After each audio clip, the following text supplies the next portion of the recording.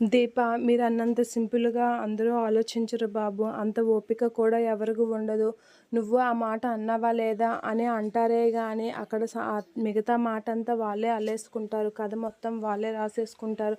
మీరు చెప్పినంత వరకు ఎవరు వినరు. ఇప్పుడు మీతో పాటు నా జీవితం కూడా ఒక ప్రశ్నార్థకంగా మార్చేస్తారు. ఇప్పుడు మీరు ఏమి చెప్పలేక, దానికి సమాధానం నేను ఏమి చెప్పలేక మధ్యలో చేసేశారు నన్ను. ఇప్పుడు నేను ఎటుకాసి ఉండగలను? ఏం చేయగలను?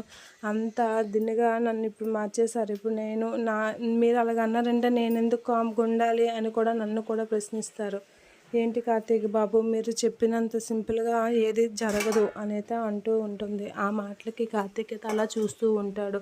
అవును, మీరు ఎంత సింపుల్‌గా నేను మీకు అందరి నుంచి, నరసింహ నుంచి కాపాడడానికి మాటలు చెప్పానని అన్నారు కానీ అది అలా జరగడం లేదు, వేరేలా వస్తుంది. ఇప్పుడు మీ వల్ల నా జీవితం కూడా నా కూతురు దగ్గర తలెత్తుకోలేని పరిస్థితిలో వచ్చింది అని అయితే చెప్తూ ఉంటుంది. ఆ మాటలకి కార్తీక్ అలా ఆలోచిస్తూ ఉంటాడు.